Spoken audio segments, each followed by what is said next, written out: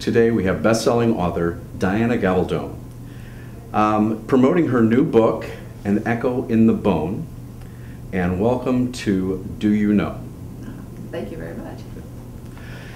And our first question today is, who are your favorite writers? Well, I have literally dozens of them. I read all of the time and absolutely everything. But the 5 people who are what you might call my literary role models, the people from whom I actually learned something consciously while writing my first novel, those would be Charles Dickens, Robert Louis Stevenson, Dorothy Lee Sayers, John D. MacDonald, and P.G. Wodehouse. Excellent.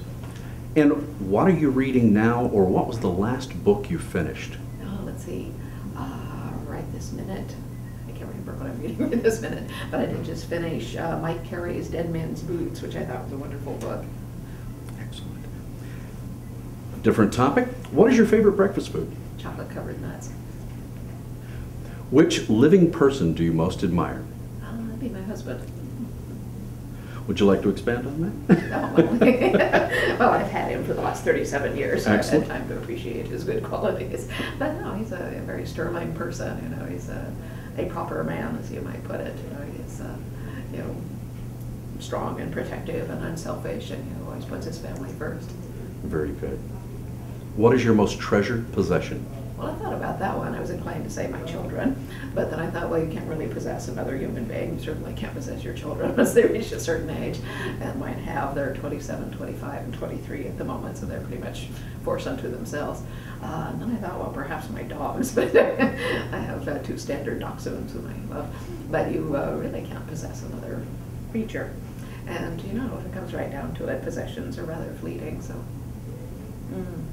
I think the only thing you can possess is your own soul. Very good. Which talent would you most like to have? Well, I'm inclined to say I'd like to be able to dance, because I really can't. But on the other hand, I never had a really strong desire to dance. So I'm thinking I would like to have the ability to carve in wood. Nice. What do you consider the most overrated virtue? I'm not sure that a virtue can be overrated as such. It can just be misperceived or not put in its proper context. There's different kinds of virtues. You know, some things that are perceived as virtues really aren't, and so forth. So I really can't answer that one. Okay. If you could change one thing about yourself, what would it be? I would probably try to be less sarcastic. Which words or phrases do you most overuse?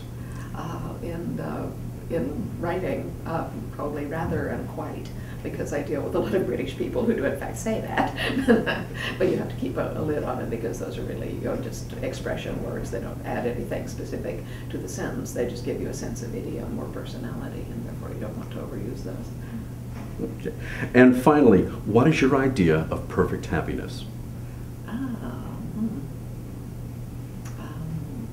Solitude. For writing, or just in general? Just in general. Solitude when I'm writing and so forth. I would say solitude, except there is my husband and all that, you know. Solitude with him. It is possible to have solitude with another person. Okay. Very good. Thank you very much. We have had Diana Gabaldon in Do You Know? Thank you. It's my pleasure. Thank you.